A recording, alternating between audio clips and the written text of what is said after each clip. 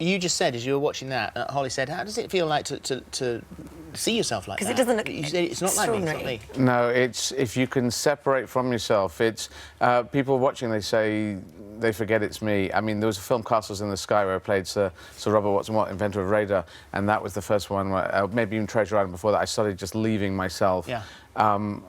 It is not me. I just channel Bertie into it. So and what does he... Because he moves differently. I put on 12 kilograms. I just run the 27 marathons. About a few months before that, I had to put on a ton of weight.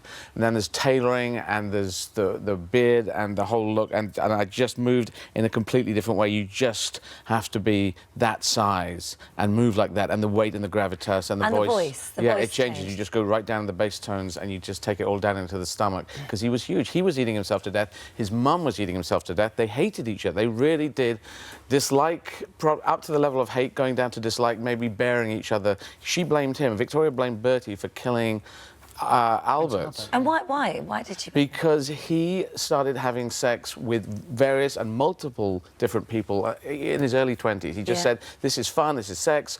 There's a lady the night was smuggled into his rooms. It became the talk of the town, the talk of London.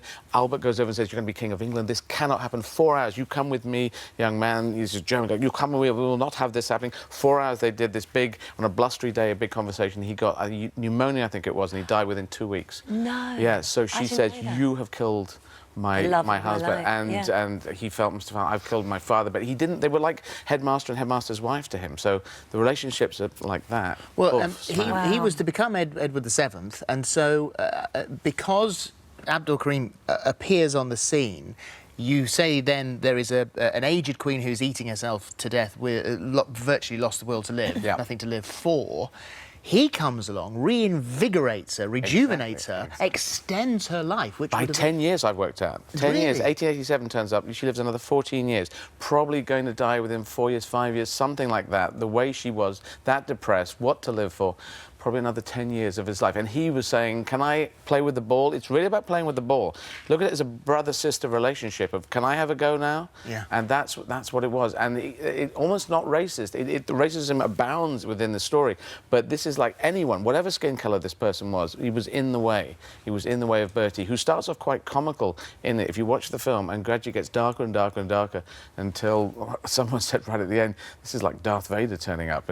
Because I really do not like this guy. And he sent people out to India to raid his house, to burn the memoirs between Victoria. Oh my God. Yeah. And how wonderful for you to be able to take on a role of this magnitude with a friend. Well, yeah, Judi Dench, she came to my last show as well, and so that was fun. And then suddenly we're doing a film together. She's playing mum, I'm playing son, and we hate each other. So we get on great. I've even... I mean, she's in control of her teenage girl inside her. This is the interesting thing. There's a teenage girl inside, which is why she's so light and breezy and enjoys life.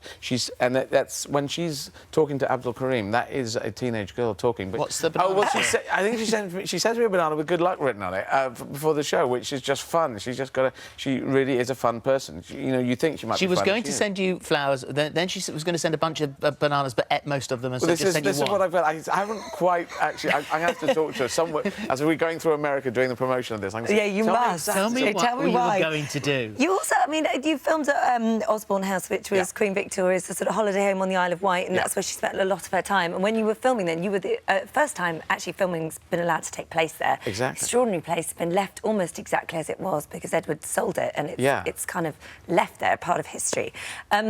But you fully dressed in the costume. Yeah, I was completely in Bertie, and I went, and the public was still going around the part of the house because it's a big house that we weren't filming in. So I thought I'll just go in, and it's not a sort of, and here is this, no one's talking you around. There's just a walkway. Go up there, please turn left here, down those stairs, into that room. But you know that kind of, just you funnel your way around. So I thought I'd go, and I'm just in there, and I'm just walking all around, and people are from Singapore and China and Brazil and America, whatever. They're not really, even if they really knew me, they would probably not necessarily recognise me. So I just thought I'd go around and have a look. You got away with it. I even snuck or sneaked, whatever verb we use these days, Judi as Queen Victoria into the Durbar room, which is the big Indian sort of room that was done Indian style. Which is where you were going to film it. Which is where we're going to film. We're going to film later. We went in there. The public was still in there. And she said, I haven't seen it yet, because we were filming other scenes. And I said, I've been talking to the English heritage people, and they said, we can sneak you in. So we went down corridors.